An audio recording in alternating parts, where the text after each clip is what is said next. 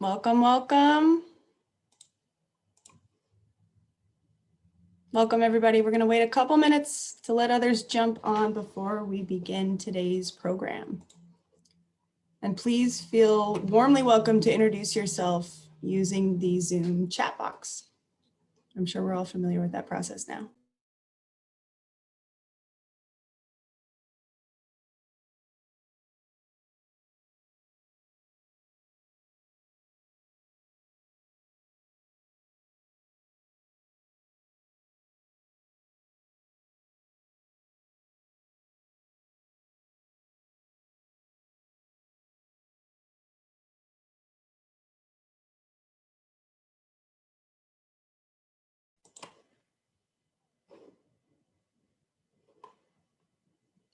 Thank you all for joining us. Welcome. We're going to get started in just about a minute. And thanks for introducing yourselves using the chat function.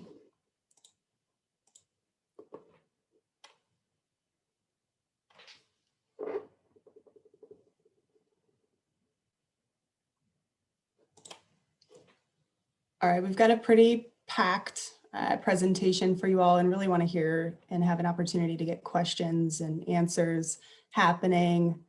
So I think we'll get started. And again, welcome and thank you for spending your lunch hour on this incredibly beautiful Friday afternoon with us. Happy Affordable Housing Week to each of you. Affordable Housing Week has really been it's been held annually for the last 6 years and really focuses on raising awareness around affordable housing issues and building community support for the same. So this year, the relationship between housing and health really could not be ignored. So we're very excited to work with cross-sector partners for today's event, getting a clear picture of the achievements that advocates for mental and behavioral health, environmental justice and sustainability, and housing can and should be celebrating. So we're going to start off today with a special announcement from Brady Nordstrom. Brady coordinates the Seattle for Everyone Coalition and is going to share an update on how that coalition is evolving and some ways for you to get informed and potentially get involved in that work. So Brady, take it away. Well, thank you so much, Mallory, and thank you for the chance to share this news with everybody today. Again, my name's Brady Nordstrom. I'm with Seattle for Everyone and do some coordination work for coalitions around the area. And so just to get straight to it, the thing that I'm here to announce today is that along with partners, we're launching a King County for Everyone, which is a similar broad coalition framework as Seattle for Everyone, but it's really trying to pull people together that are looking to build a future where everyone, regardless of income level or background, has access to a safe, stable, and affordable home. This is a regional evolution of this work. I mean, in the work of Seattle for Everyone in the past has focused, I mean, it started with Seattle's HALO, or Housing Affordability and Livability Agenda, which was a bunch of comprehensive policies that were passed at the same time. They had to do with tenant protections, inclusionary zoning, incentives for middle income housing, affordable housing revenue, home ownership assistance, the list goes on. But in general, we believe that we need more housing in every income group, especially low income, but it goes across the spectrum up to middle income, subsidy and support for affordable housing, and then equitable development strategies. So really, this is just the acknowledgement that local and regional affordability and equity issues are connected. And so it's really appropriate to share this news at a state event. That brings together different perspectives. And we have a strong belief that no sector, funding source, policy, or jurisdiction is going to be able to solve this affordability and equity crisis on its own. So, and that success will only come through diverse network. And this is combining a lot of voices, the people that are fighting for affordability, community stability, racial equity, environmental, sustainability, access to jobs and amenities, transportation, all these things are linked. So anyways, that's pretty much it. We are in the early stages of forming this group. And I just wanted to invite you all to follow along and engage potentially. And so I'm just going to put a link into the chat box, and I guess that's it. So thank you again for the opportunity to share that. So cheers. Thank you so much, Brady. I am going to pull up a screen share and get us started today. Thumbs up if you're seeing this deck. Great, thank you. Okay, I always have to get my controls configured, so bear with me here for 1 second.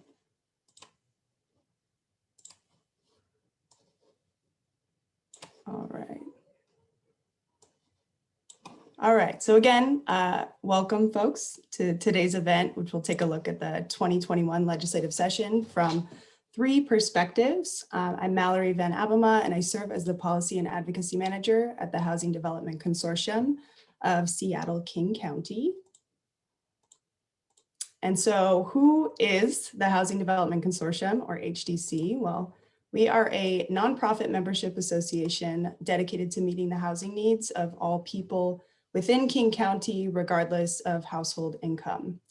We were founded 33 years ago by 10 nonprofit affordable housing developers, and these organizations came together with the shared recognition that there was a great need to collaborate to address the dearth of affordable homes available to people in the community. HDC is the first of its kind in the nation and is very fortunate to now work alongside multiple other affordable housing consortia across Washington state and also across the United States. Our association works to advance policies, programs, and funding priorities which increase the supply of affordable rental and home ownership opportunities in King County.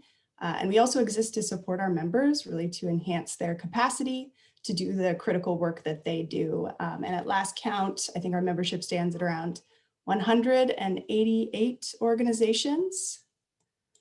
So each year, HDC develops a legislative agenda with our members' input, and it really serves as a roadmap for our advocacy work within all arenas. That's at the local, the regional, the state, and even the federal level. So we began developing our 2021 state legislative agenda last summer when things looked very, very differently fiscally for Washington.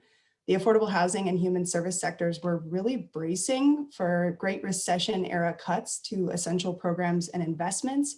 We really had to stay nimble, but we also remained very ambitious for the outcomes of the session. So our association organizes our priorities into buckets, and this year our priorities were within 4 buckets, first of which was funding for the state's Housing Trust Fund and for housing and homelessness services. Second was enacting tenant protections that incorporate a broad stakeholder voice.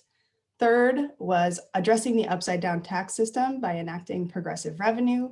And then finally, expanding home ownership opportunities within Washington state. And as the session closed out, there really were many successes to celebrate, but I should note, the work is so far from done, and far too many people in Washington are really continuing to bear the brunt of COVID impact through wage loss, housing insecurity, among so many other challenges that this pandemic has presented. However, the overall outcomes from Washington in 2021 are truly indicative of progress and also the momentum behind the movement for affordable housing statewide. The massive hole of more than $8 billion that was projected in the state's budget and the significant cuts to services that were on the table, thankfully did not come into play or fruition.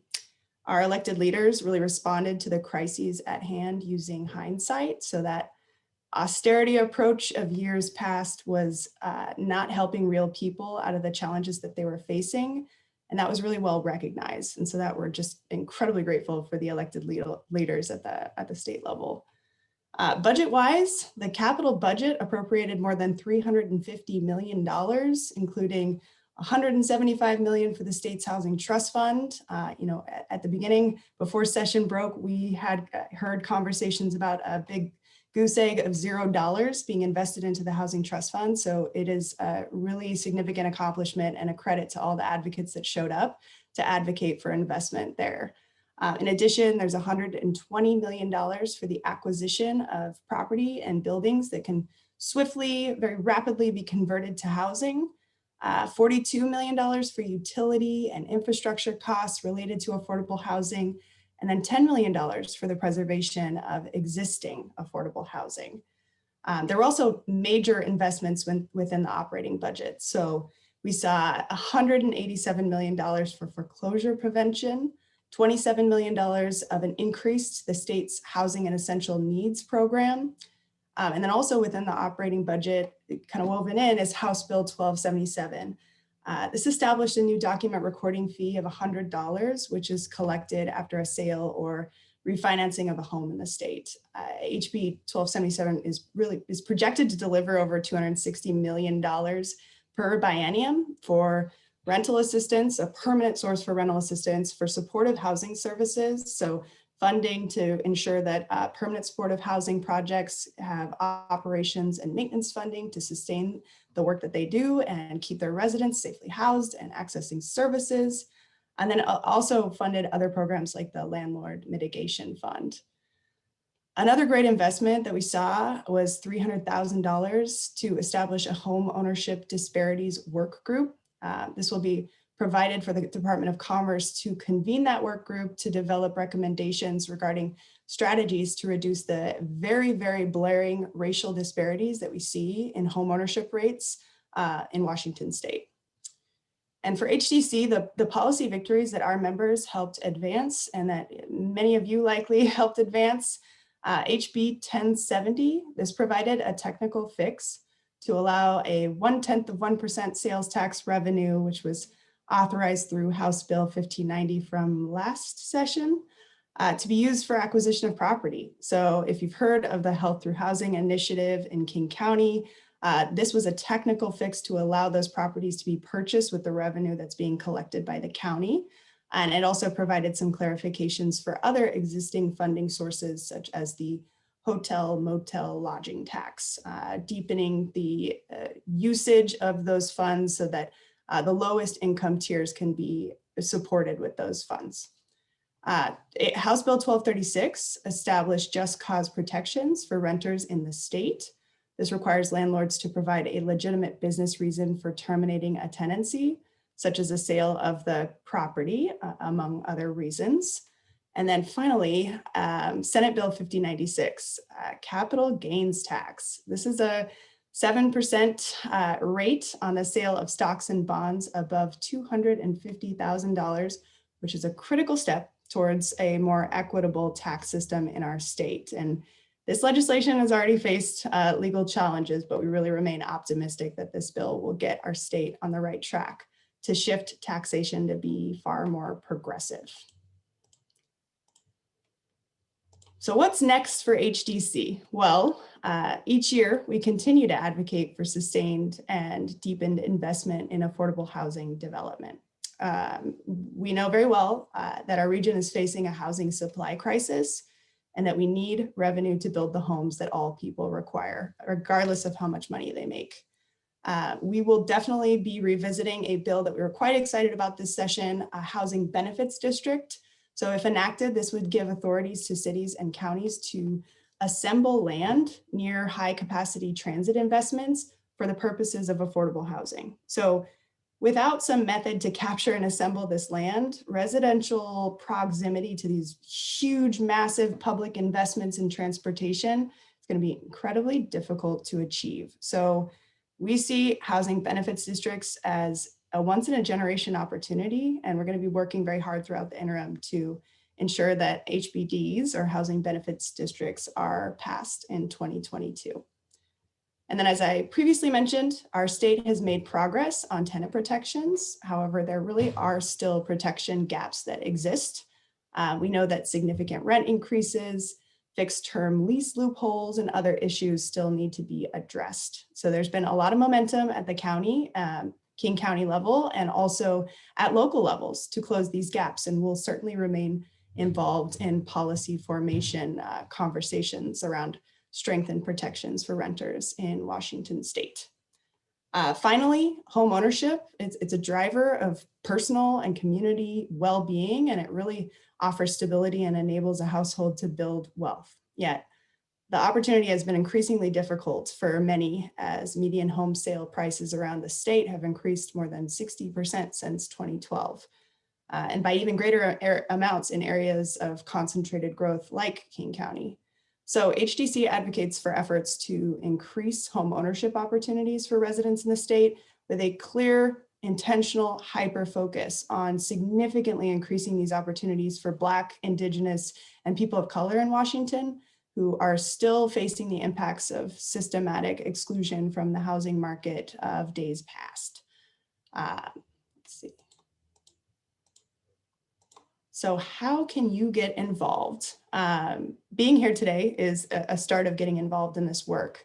We really strongly encourage you to sign up for HDC's advocacy alerts. These are weekly digests of relevant updates on actions you can take at the local level or ways that you can contact your elected officials and let them know what you think about an issue, and also just updates on affordable housing and homelessness issues in the region. So do please sign up for our newsletter to stay involved. This is our third to last Affordable Housing Week event. There are other events listed on our website, one today, this afternoon at 3, and then a housing fair. If you're a renter in North King County or in North Seattle, do consider joining the Allyship Housing Fair that's taking place tomorrow. And then we are very proud to partner with a lot of research entities and also just to leverage our knowledge as a very tiny staff to pull together various reports, infographics, and resources that should be used, shared widely. So here I'm noting one that we're very proud of, that's an ongoing kind of continuous project because cities are making changes every day to their local policies and codes that pertain to affordable housing. But your city likely has an affordable housing snapshot on our website. We'll share these slides afterwards so you can access all these links. This is going to give you a clear picture of the demographics in your city, the kind of commitments that your city's made within their planning guide, their comprehensive plan around housing, and then also the actual actions that they've put on the books. So codes and policies, hyperlink to all of that so that you could just dive into your municipal code, which is just a wildly entertaining thing you should consider doing on a weekend if you just want to have a lot of fun. Finally, please reach out to us. Please consider us a resource and just standing ready to partner. If you're interested in collaborating on intersectional exploration of how housing intersects with other issues, we love doing that, and we will absolutely happily jump on an opportunity to work with people in the community, organizations, so do please reach out. And I think that's all from me. I would love to hear what questions came up. If there are any questions in the chat box, I don't see any, but if anybody has any questions, drop them in the chat. Maybe we'll just keep full steam ahead and try to collect all your input at the end of the presentation. And now I'm going to hand things over to Catherine Seibel with the Washington chapter of the National Alliance on Mental Illness to give us an overview of the mental and behavioral health wins during the 2021 session. So Catherine, it's all you. Thanks, Mallory. Hi, everyone. Again, I'm Catherine Seibel. I use she, her pronouns, and I'm the Director of Policy and Advocacy at Washington's chapter of the National Alliance on Mental Illness, or NAMI Washington. And it is so wonderful to be here with you all today, especially after such a historic session. And thank you so much, HDC, for your work and putting this all together this week and highlighting the connection between health and housing. I've really been enjoying tuning in. So next slide, please.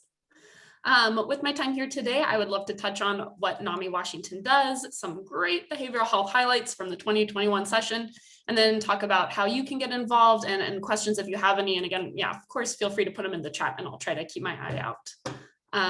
Next slide. So NAMI Washington is the state organization of a national grassroots organization dedicated to improving the lives of people impacted by mental illness. So in our state, we have 19 affiliates all across the state with members from diverse communities. And we estimate that we serve about 30,000 individuals annually with our free public education, support, and advocacy programs. Next. And I like to show this slide because I think it helps depict the spread of our local affiliates all over Washington, many of which are now offering free online programs, and they also help members get involved with our advocacy efforts all over the state. And again, it's free, open to the public if this is something you're interested in, and at the end I can put a link in the chat to help you learn more. Next slide, thanks. So let's talk about this session. It was tremendous for so many reasons, part in which of it, of course, being remote, as well as the context prior to and during session, along with federal legislation that passed that had implications and impact on our state work. So there's a lot that happened and a lot of enacted positive and meaningful steps forward. So with this time, I'll talk about three huge behavioral health highlights that happened this year. Next, thank you. So the first highlight is the passage of HB 1086. It was signed by the governor on Monday. It was one of our priorities, and it's a huge win for the folks in our state. Our guess is that this bill will probably impact more than 1.5 million people to help better access services in our behavioral health system, which is something sorely needed in our state, especially as we're in what has been a worsening behavioral health crisis. So this legislation establishes a new statewide office that essentially streamlines the point of access to regional behavioral health ombuds services. This means it will make it more accessible for folks all across the state to get help with getting connected with advocacy services, like identifying and resolving complaints they might have about care, getting information about their rights, and seeking assistance with things like finding or changing behavioral health providers, and making sure that services were paid for. This office also would be empowered to serve as a patient advocate in hospital settings. So again, it helps to identify and resolve complaints and ensure that people are receiving appropriate treatment and that their rights are being respected. And finally, this office plays an important role in systems feedback and accountability. So first, it improves independence from the payers to ensure that people can get the best services and that there's no conflict of interest. This bill also establishes a statewide advisory council, and it must be composed of a majority of people with lived experience and representation from Black, Indigenous, and people of color communities. The advocates and this office are also tasked to provide feedback and recommendations on systemic improvements to the governor's office, the legislature, and the relevant state agencies. So when can you expect changes from this bill? This office will be underneath the Department of Commerce, who will then contract with the agency to provide the advocacy services. And this will be done by next year in July of 2022. All right, next slide. So the next point, and a huge highlight and one of NAMI's priorities, was HB 1477, which was signed by the governor yesterday. So first, I think this bill requires just a little bit of federal background. The National Suicide Hotline Designation Act was signed in October of 2020, which designates this 3-digit number 988 as the universal number for suicide prevention and behavioral health crises. So in sum, calling this 988 number for behavioral health crises and suicide prevention is an alternative to 911, and it provided our state with a huge opportunity to address our behavioral health crisis response system, especially as we consider the outcomes in this intersection between behavioral health crisis response and the criminal legal system. So there's quite a bit to this bill, and from a very high level look at HB 1477, I see there being 3 main components. So first, it lays the framework for the crisis call centers and hubs and response services for the new 988 number. There are a number of phased in steps to implementation, and by 2024, the crisis call center hubs would be designated, which would provide crisis intervention services, triage, coordination, connection to individuals who call 24/7. So there's a lot here, and there's so much opportunity to provide appropriate response to folks in crisis. Second, it establishes a crisis response improvement strategy committee. So this will help to make recommendations and address all of those nuts and bolts needed to get to the implementation and planning for this number and the needed response services. And finally, it provides for a tax on phone lines for routing the 988 calls and the direct response to the crisis line. And this phased in tax will start in October 2021.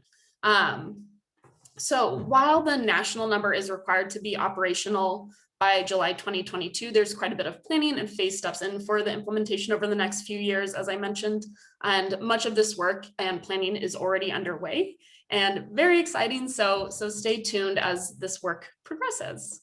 I'm ready for the next slide, please.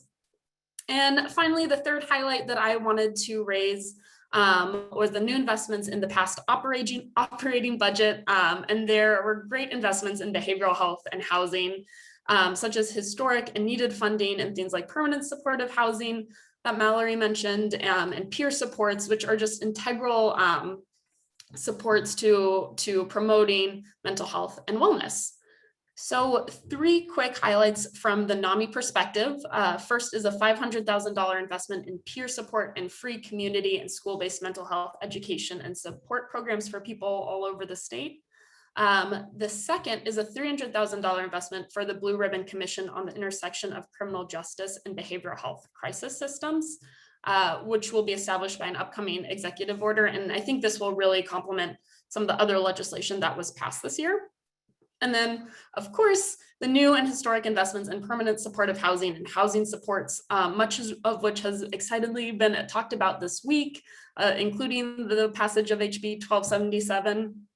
And so I think it was really exciting to see the advancements in housing and the discourse around how access to housing is integral to healthcare, such as the theme for this week. And just one example is that we know 1 in 5 people experiencing homelessness have a serious mental health condition. So strengthening and expanding access to this basic need is a huge component for supporting and promoting mental health and well-being for everyone in our state.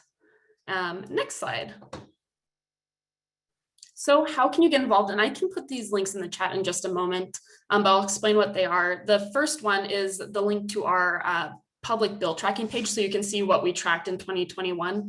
It also has a sign-in form that I would recommend signing up for if you are interested and want to learn more.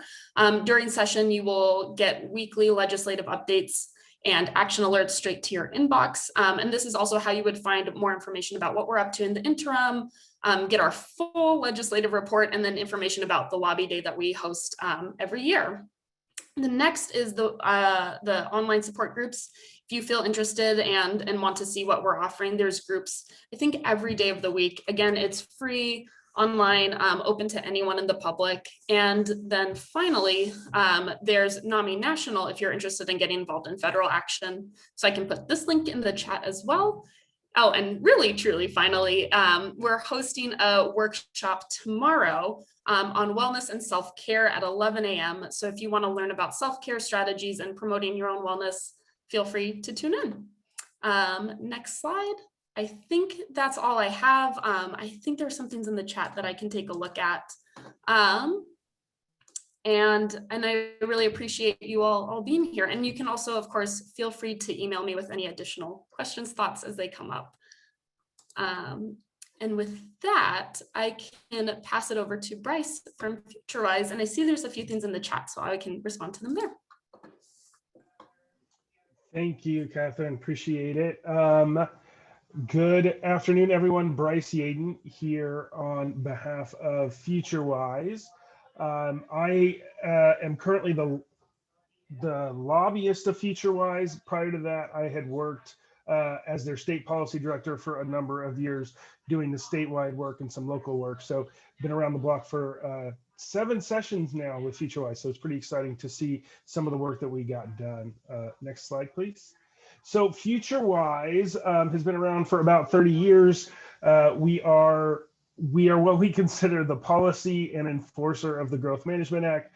The Growth Management Act is kind of how we plan our housing, environment, and everything kind of on a day-to-day life, which is kind of interesting. But everything from where housing goes to where industry is sited, how roads are built, where they are, how taxes are created and collected, a lot of that is actually just under the umbrella of the Growth Management Act. That's why we have cities. That's why we have other things. So it all kind of rolls up into one big thing on how your day-to-day life are impacted on a land use perspective. And that's what we do. We work at the state level, we work at the local level, all around the state to try and get things better, both from a housing perspective, but also from an environmental perspective, from a transportation perspective, and really to increase the quality of life. So we've been doing that just over 30 years. We were formed right after the Growth Management Act passed in 1990. Next slide, please. So Futurewise had a whole host of legislative priorities in 2021. We do things like support HDC's request or the Low Income Housing Alliance request for extra additional funding for the Housing Trust Fund. But, we have those people leading and we just make sure that we're there to support. But these were our big priorities this year. The first one, which I'll get into more detail here shortly, is House Bill 1220. This updated the Growth Management Act housing element to require a suite of changes. We wanted to include a climate change element in the GMA. Unfortunately, that did not pass, but we got pretty far. We actually got it to pass the House and had got it out of the Senate Ways and Means Committee for only it to die in another fiscal committee and transportation, which was really unfortunate. We have what's called ending the vesting loophole. There's the ability for local jurisdictions to do things like expand their urban growth boundary and identify farmland or other things for additional development. And if they get a permit before an appeal is decided, that development can move forward. So really the goal is to stop that type of action, and it would have prevented that. That bill did not pass this year either, unfortunately. And then some of our budget priorities just in passing are things like I just mentioned, the support for the Housing Trust Fund, but also doing things like getting direct planning dollars for local jurisdictions so they can actually implement the GMA. There's actually a question in here that I hopefully will kind of inadvertently answer as we move through the process that was directed at HDC, but I hope I can help out there. So, and then those are the types of things that we generally work on. Next slide, please. So what happened this session and what's next? Next slide is we got a big win. House Bill 1220 passed this year. It did a lot of really good things. First off, what it did is it actually set a requirement for local jurisdictions to plan for and know what the need at all income levels are, specifically what very low, extremely low, and low income housing is. And that's 0 to 30, 31 to 50, and 51 to 80%. Really, the intent is to identify where these gaps are throughout our housing plans, and really identify what needs to happen, both from a state investment perspective, a local investment perspective, and where are those gaps that we see in funding? Because we know that things like 0 to 30 and 0 to 50 really can't get built without sustained funding, either from a local level, the state level, or the federal government. And really, we wanted to identify these gaps so we can come back to the legislature and adequately advocate for the numbers that we're seeing out there. The bill also requires local jurisdictions to plan for a greater diversity of housing. This means they have to look at how do duplexes, triplexes, and townhomes help satisfy the other economic segments required throughout it. Again, prior to this update, the housing element was extremely vague. We hadn't won an appeal on it. And overall, we were struggling to get jurisdictions to take the actions needed to create affordable housing, or just have housing that's affordable for all income levels, even those who might make 100 to 150% of AMI. We're seeing those individuals getting priced out of places around King County now. So really, we were targeting that. The other part, there's two other parts to the bill. The other one was really addressing the historical racial inequities we have in land use. We know that there's this big, strong history of racially disparate impacts related to housing. That was mentioned again in HDC's presentation today. From redlining to minimum lot sizes even are things that really contribute to underlying reasons why we don't have a diversity of housing types and a diversity of people living in all neighborhoods. So really what the intent is, and there's two parts to that, is they have to identify all the policies that could impact or have a racially disparate impact, And secondary, they actually have to put out a plan on how they're going to start addressing it. They don't have to do it tomorrow, but there's actually a long-term plan that they have to say, these are the steps we're going to be taking over the next few years to start achieving these outcomes and to reverse those. That's a big step. There's a level of accountability in this plan that we haven't seen before. And so we're really proud of that. And in addition to that, we have to start looking at what does displacement and how is displacement occurring across regions or cities.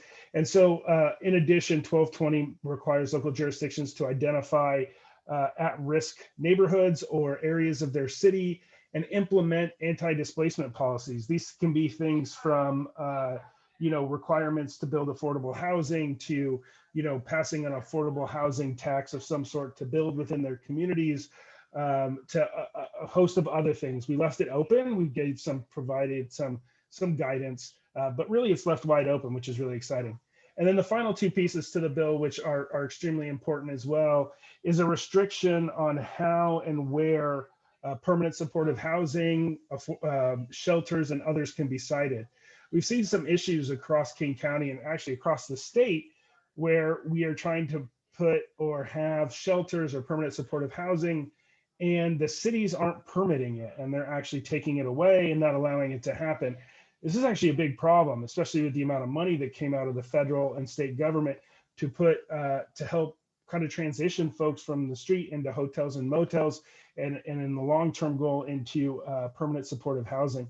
So really what this says is that local jurisdictions actually have to identify a majority of areas in their city in which these types of developments can happen. So shelters, permanent supportive housing, and others have to be allowed in a majority of the city as it relates to transit service. While it's not perfect and it wasn't as far as we wanted to go, we still see a positive move forward and a requirement to identify that. So that was actually a pretty big win, and that was the main piece on housing that we did. I wanted to quickly touch on House Bill 1099, which added a climate change element. And the reason why I bring it up in this context is the requirements of the bill would have had local jurisdictions adopting measures that would have helped them reduce their greenhouse gas emissions as it relates to the transportation sector. And as we worked with the Department of Commerce throughout the legislative session, we were noticing and identified that the vast majority of it would have gone towards identifying policies that would have increased housing opportunity and housing diversity in neighborhoods with access to transit or bike and walk facilities. So really, even though House Bill 1099 didn't pass, we've actually got a groundwork laid to bring that back next year. And we actually believe that House Bill 1099 will further the housing element goal by continuing to put other requirements and embed more requirements into the GMA that, as was pointed out a little bit earlier, it's difficult for local jurisdictions to follow through on their comp plans. A lot of times they have a comp plan and that doesn't always translate into local code or local policy and outcome. So the intent with 1099 was to really turn greenhouse gas emissions and environmental justice purposes into housing action and as much of a transportation action as it was. So those were both, again, 1220 passed, which was great. 1099 didn't, which is a bummer, but we have another crack at it. Next slide, please. So there's a couple of things I wanted to go over. I think I put these in the wrong order, so I apologize. There's ways that we can get involved. The first one is Futurewise has a fundraiser coming up on Tuesday. It's called the Peninsula to Palouse. It's a really, you're going to hear more from the sponsors of both House Bill 1099 and 1220, which was Strom Peterson with 1220 and Representative Dewar with 1099, about the work that they're doing and next steps we're taking over the interim. It'd be great if everybody could join. But then next slide, please. I think this was, I'll go through it. I'm sorry, I missed one slide. There is next step. So in the coming weeks, we're going to start seeing the Department of Commerce pull together a work group on updating the housing guidance, and that's going to be a public process. So if you are interested in that, you can feel free to reach out to me. The Department of Commerce will be doing a big piece of work on updating their housing guidance, which should turn into direct action at local jurisdictions. For those, this is King County related housing week. So we will see that King County is updating their comprehensive plan. It's due in 2024. And this is in addition to every single city within King County will be updating their housing plans and their comprehensive plans by 2024. So we're actually up against the wall of coming up and having engagement. So there's going to be opportunity to engage at your local level to update comprehensive plans as well as with that. I did want to say thanks for everything. You know, Futurewise had a big program that was called the Washington Can't Wait campaign. And if it wasn't for that, we wouldn't have been able to make it as far as we did in passing 1220 or setting up House Bill 1099 and a budget proviso. So it gives us a path forward next year. But what you will see, and you can sign up for our newsletter, and I will drop a link into the chat here in a second for that, is that Futurewise will be putting out opportunities to engage both with the Department of Commerce on the housing guidance update, but also opportunities on how to engage in the comprehensive plan process at your local jurisdiction and making sure that those requirements in the comprehensive plan aren't just policies, but they are requirements and that they're taking steps to actually do the requirements in the plan. So a lot is going to be happening in the next 6 months from a land use perspective, and all the help Futurewise can get and everybody getting engaged with their local jurisdictions is going to be extremely helpful as we move forward. So again, I appreciate everybody's time. My contact information is down there. The other individual I'll flag is Jamie with Futurewise. She did all the organizing and she's the one that handles a lot of the outreach. So I can make sure to pass her information along as well. She'd be a great resource on how to get involved with these things. So I really do appreciate everybody's time and thanks for your help this year. Thank you, Bryce. Thank you, Catherine. I know we've got some questions in the chat. Elizabeth, you were first. Bryce, you kind of spoke to the accountability to city comprehensive plans. Elizabeth is asking, what's the best way to ensure that city councils follow through on their plans or adjust them where needed? Such a great question, Elizabeth. I mean, it's kind of a access point issue. Like Bryce mentioned, the county and cities will be updating these plans by 2024. There was an extension on those updates just kind of in response to COVID. But there is, Bryce also spoke to this, is there's a whole lot of commitments that cities have made within their comp plans and not necessarily a direct ratio of policies or investments or code provisions at the municipal level that relate to that. I think that the comp plan is a guide for a city, so it should be a measure of accountability. And I think a coordinated voice mobilizing at the local level is really effective. Reaching out and pointing to the commitments that a city's made within their housing element, and maybe, you know, supporting and praising where policies and codes have been enacted that tie to that, but also really urging more support and action to tie that more directly to what the city has outlined and the community has spoken are priorities for them as far as growth goes and management of that.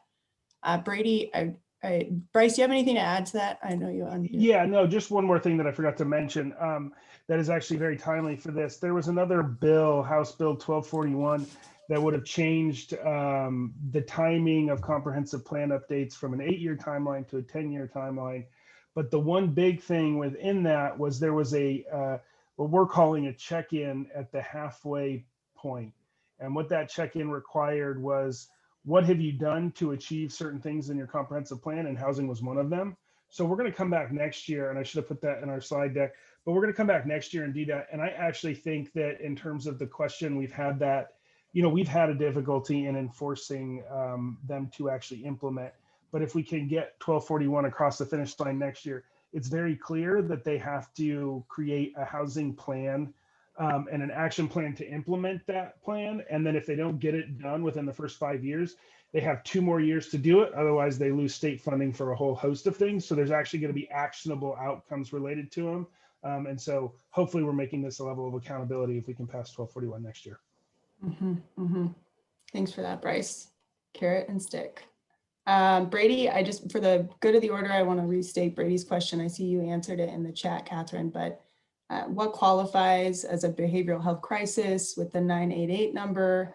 And does this include domestic disputes? And Catherine, do you want to jump in and just answer that verbally for folks? Yeah, Yep, I would be happy to. So the number is intended to address all matters related to suicide prevention and behavioral health crises or behavioral health challenges. When you're in an acute situation and need support and need help, you could call that number. And then as far as identifying the scope really of the number and how it relates to 911, there will be a lot of work done in the next few years as identifying the scope and jurisdiction of each of the numbers. Thank you for that. Chris Buchanan, wonderful question in the chat. I'm going to read it out loud. Are there any efforts at the state level to reduce or eliminate economically discriminatory zoning policies? Those cities that continue to cling to predominantly single-family zoning choke off the overall housing supply and disproportionately impact working class families. Is the statewide duplex or triplex initiative dead? Fabulous question, Chris. I think we did see a few bills more related to ADU and DADU at the state level that made it all the way, but got watered down quite a lot in the process, and will be coming back to be a bit stronger. But I cannot speak to the statewide duplex or triplex initiative. It's certainly something that we would love to support. And I think that we're navigating that tense balance of state authorization and cities being in a position that they are regarding zoning. I know, Chris, you know this, but we certainly at HDC want to support local cities that are pursuing missing middle housing and other diverse housing options. So might be kind of back to Elizabeth's question about engagement on comp plan commitments and thinking about how cities can really open up the majority single family zoning that we see across the board, across Washington state. And then I see another question here. Just going to add one other thing to that real quick, if that's okay, Mallory. Absolutely. You know, that was part of the intent in 1220. We were focused on the racially disparate impacts, but that is very closely tied, obviously, to economic availability. And if we can bring down a lot of those barriers that protect detached single family zoning, that was kind of the intent. And based off of the inability to pass kind of like a statewide rezone bill, we thought that this was a good first step as we continue to navigate the political process into really creating the pressure to have a statewide rezone. The other piece to that is we wanted to make sure that some of these neighborhoods are, have some level of anti-displacement policies, because even if we rezone everywhere, we know that it typically goes into certain areas of cities. We want to make sure that we're getting a distribution across the city, so we're working through that. But as Mallory said, I think next year is going to be an interesting one. I've heard indications from the governor's office. Futurewise is now going to turn our attention to that as well, looking at how that plays into 1099 and other pieces of legislation out there as well. So hopefully more to come in the coming months as we work through that process. Thank you, Bryce. I think that's a fabulous opportunity for a wide variety of people and organizations to support a bill. And then, Chris, I see your second question here. Is there any talk about by right increased density bonuses near rapid transit? I'm not sure on that answer, but I just think that, Chris, you need to be like leading all of our PAG meetings and policy formation, because you have all the ideas and we should generate a lot of energy around these items that you are bringing forward in the chat. I think you're quite familiar with the housing benefits district piece about that land assemblage near transportation investments, so that we know that we can have affordability embedded in those spaces. I don't know that there's a state level kind of companion piece ensuring that there are more units offered around those transit investments at this time. The one thing I'll say on that one as well is just, funny enough, I literally got an email 2 days ago from Rep. Wallen mentioning how we might go about tackling that. Actually, both of the questions she reached out to me on. So I think that's going to come about. The by right stuff is interesting because when we talk about how by right is done, it's different across every state. And so sometimes I get confused because we actually have greater by right development in Washington than, say, California. California actually has to get permitted on like every single stage. And there's certain cities across Washington that actually have a level of by right. I know that we do a lot of design review and other things, but some are exempt. So, as we walk through that, we just got to make sure that we're consistent on what we're requesting and what other actions might need to occur or what actions we want to remove. And I don't say that to say that you're asking for the wrong thing. I'm just saying that so we know that when we go forward with legislation, we understand the universe that we want to. So again, that's something that we would like to be engaged with folks if they see barriers to certain types of by right development, how that works out. So that's a great question. And hopefully again, next year is I think going to be a run for a lot of these things. Mhm. Mhm. Bryce, I have a question about the timeliness. I guess if you could just comment on the timeliness of 1220 and kind of the window that we found ourselves in this session and the importance of the past. Yeah, so as Mallory mentioned, we had a delay in the comp plans. Part of that was to try and figure out if we can find a path forward on some of the pieces of legislation, but on 1220, the timing was extremely tight.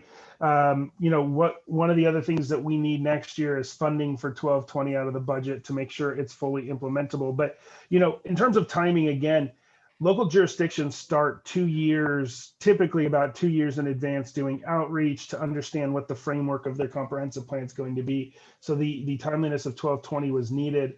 So jurisdictions like King County and Seattle, who typically do the largest amount of outreach, know the box that they actually have to do comments on. And we had to get that passed.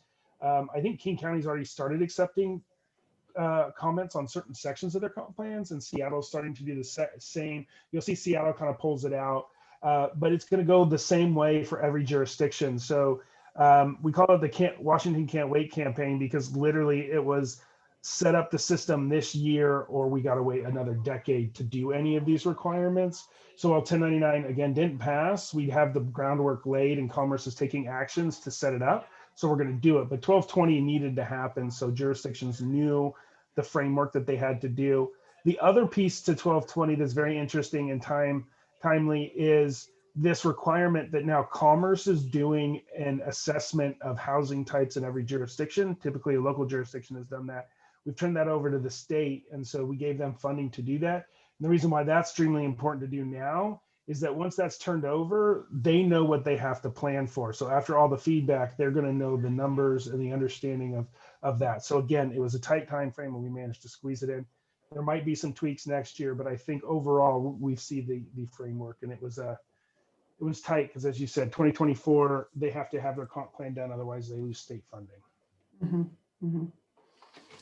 Any other questions in the chat, or please feel free to unmute yourself and just direct your questions at will.